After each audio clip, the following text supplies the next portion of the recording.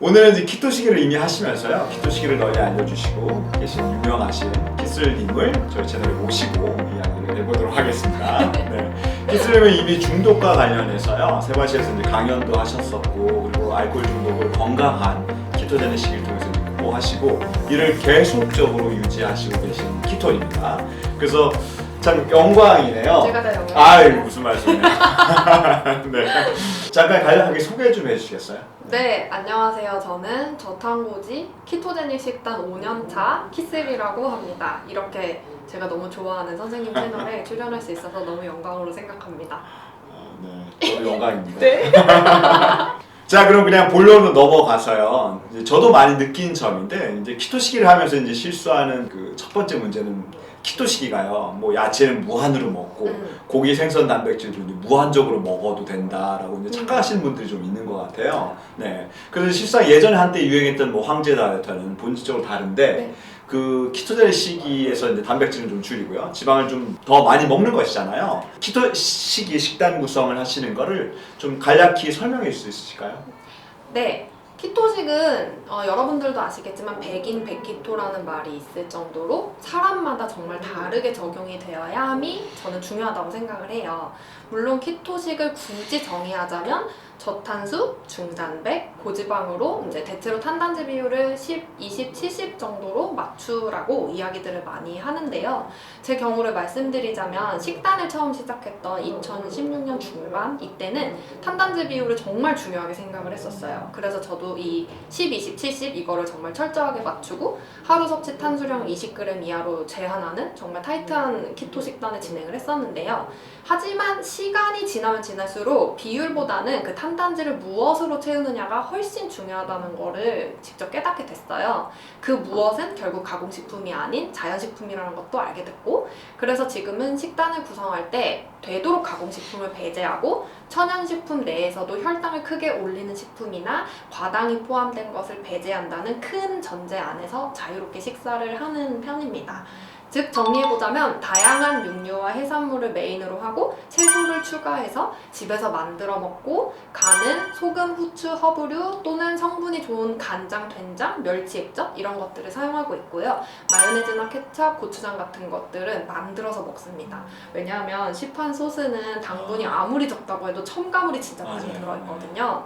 첨가물은 절대 자연식이 아니잖아요. 네.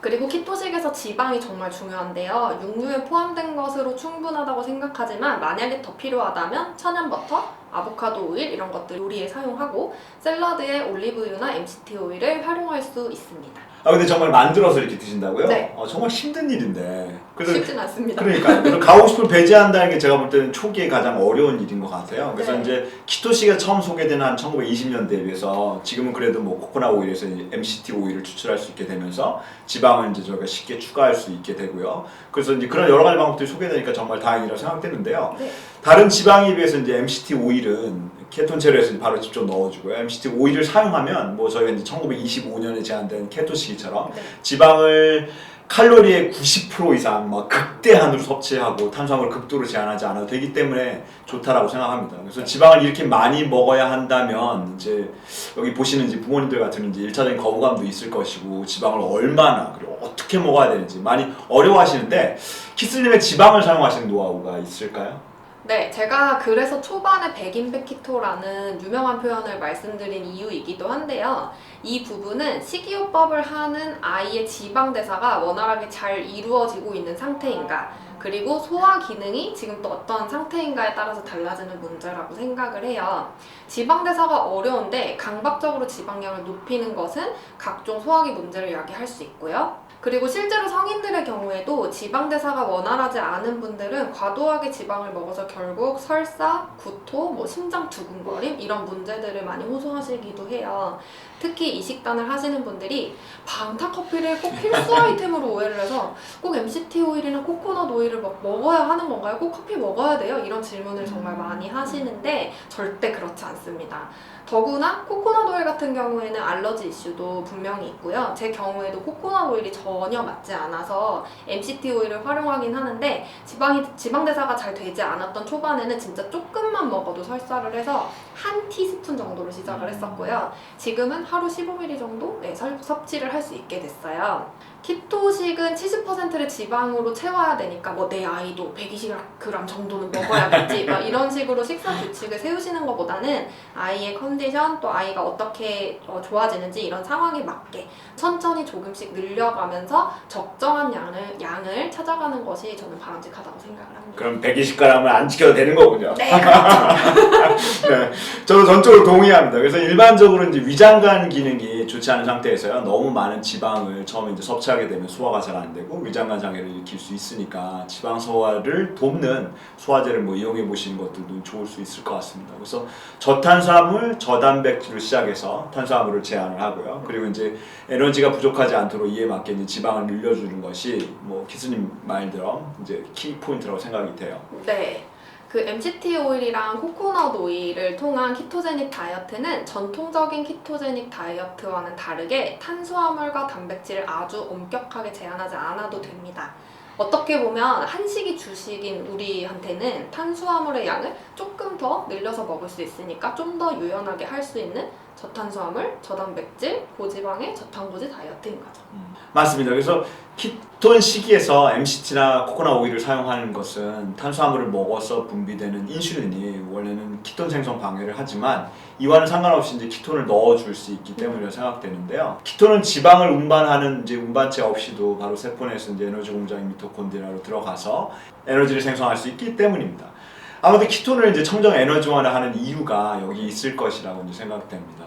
신체나 뇌에서 에너지원으로 사용할 수 있는 가장 용이한 형태는요, 탄수화물인데 이에 못지않게 부작용이 없다라고 생각되는 것이 이제 키톤입니다. 그래서 저희가 이제 뭐 단식을 하면 외부에서 공급되는 에너지원이 없으니까 몸에서 이제 에너지원을 만들어야 되는데 몸에 제가 이미 저장되어 있던 뭐 여러 가지 지방을 분해해서요, 그런 이제 키톤체를 생성하고요. 이 키톤체를 에너지원으로 사용할 수 있습니다. 그래서 이제 아무것도 먹지 않는 단식을 해도 지방을 분해해서 키톤체를 생성하고요. 그 키톤체를 뇌에도 공급해 뇌에서도 이제 에너지원으로 사용할 수 있게 되는 거죠. 이게 아직도 잘 와닿지 않는 분들을 위해서요. 저는 키스님이 이제 평소에 건강을 위해서 하시는 이제 키토 시기를 예를 들어 이제 좀 설명해 주시기를 이제 좀 부탁드려 볼게요. 네, 그래서 제가 먹는 식단을 간략하게 준비해서 왔는데요. 신선한 식재료를 사용하는 게 너무 중요하다고 생각을 하기 때문에 냉장고가 어느 정도 비기 전까지는 장을 보지 않아요. 그러다 보니까 그때그때 장 보고 냉장고에 있는 것들 가지고 그때그때 이제 조합해서 요리를 해 먹거든요. 그럼 며칠에 한 번씩 장을 보세요? 매일 보는 것 같아요. 아, 매일 장을 보신다고요? 운동도 할 겸. 네. 좋네요. 좋은 네. 방법이네요. 저는 이게 정말 좋은 방법이라고 생각해서 저희 고객분들께도 가능하면 매일 장 보시라고 말씀드리고 있는데 뭐 지금은 코로나 때문에 어렵지만 네, 그렇죠. 네.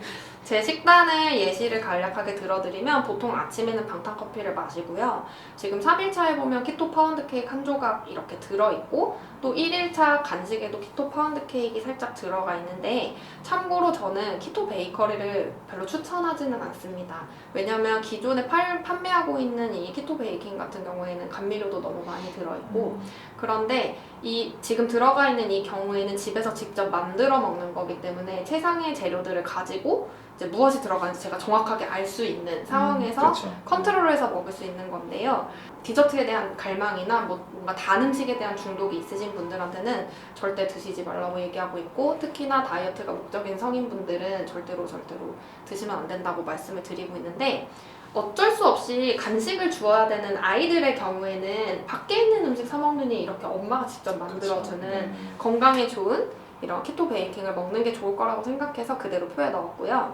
그다음에 지금 점심 저녁에선 보시면 아시겠지만 맑은 삼겹탕이라든지 우삼겹 채소볶음이라든지 갈비찜, 뭐 닭갈비, 삼겹살 채소구이 이런 식으로 고기와 채소를 섞어서 끓이거나 볶은 요리 위주로 먹고 있고 물론 가끔씩 찜이나 이런 걸 해먹기도 하고 이 3일 식단에는 나와 있지 않지만 해산물도 많이 먹는 편이고요. 대신 너무 한쪽으로 막 너무 치우치게 하지 않기 위해서 현미밥 한 수저를 점심에 넣어서 먹고 있습니다.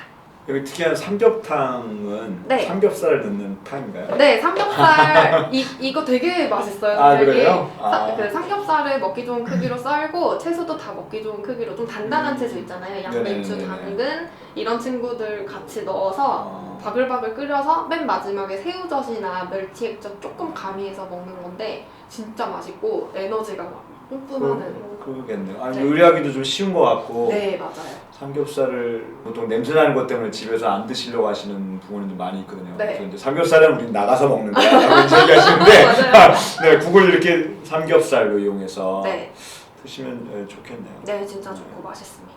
저는 아이들은 이제 당연히 커피를 먹을 수 없으니까 뭐 야채 스프에 코코넛 오일 세수저나 뭐 버터 오일 세수저 정도를 이제 넣어서 이제 많이 끓인 다음에 아이들이 이제 따뜻하게 혹은 미지근하게 해서 하루 종일 이제 음용할 수 있도록 하시는 걸 이제 추천드려요. 네. 그래서 야채 스프 레시피는 제가 여기 잠깐 소개하고 설명글에도 이제 공유 드릴 테니까 참조하시면 좋겠습니다.